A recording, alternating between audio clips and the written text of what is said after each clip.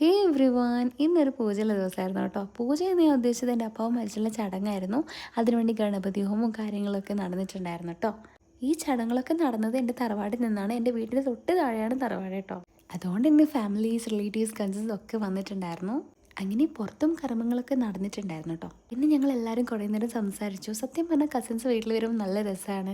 കാരണം കുറേ ആൾക്കാരുണ്ടാവും. എനിക്ക് ഭയങ്കര ഇഷ്ടമാണ് കേട്ടോ. എൻ്റെ പപ്പയുടെ ഫാമിലീസ് എല്ലാവരും ഉണ്ടായിരുന്നു. എൻ്റെ ആൻറ്റിയുടെ മോള്, മോളുടെ മോള്, അങ്ങനെ എല്ലാവരും ഉണ്ടായിരുന്നു കേട്ടോ. അപ്പോഴാണ് ഞാൻ വേറൊരു കാര്യം ശ്രദ്ധിച്ചത്. എൻ്റെ ഒരു അനിയത്തി കരഞ്ഞുകൊണ്ടിരിക്കുകയായിരുന്നു. പിന്നെയാണ് മനസ്സിലായത് ഇപ്പോൾ ഈ പുകകൾ കൊണ്ടാണ് കണ്ണിന്ന് വെള്ളം വന്നത് കേട്ടോ. പിന്നെ നമ്മൾ കുറേ നേരം സംസാരിച്ചു. ഇതെൻ്റെ ഒരു അനിയനാണ്, ഭയങ്കര ഷെയാണ് ക്യാമറയിൽ നോക്കാൻ വേണ്ടിയിട്ട്. അപ്പോൾ അവനോട് നേരെ കത്തിയടിച്ച് നേരെ പോയി ഫുഡ് കഴിക്കാൻ. ഫുഡൊക്കെ കഴിച്ച് പായസമൊക്കെ കുടിച്ചപ്പോൾ ഒരാളിങ്ങനെ സംസാരിച്ചുകൊണ്ടിരിക്കുകയായിരുന്നേ. ആ, അങ്ങനെയൊക്കെ പറഞ്ഞ് ആൾ നേരെ വിട്ടു കേട്ടോ. എൻ്റെ ചേച്ചിയും ചേച്ചിയുടെ മോളും ചേച്ചിയുടെ ഹസ്ബൻഡായിരുന്നു. ലാസ്റ്റ് അവരുടെ അടുത്ത് ബൈ പറഞ്ഞ് ഞങ്ങൾ നേരെ വിട്ടു കേട്ടോ.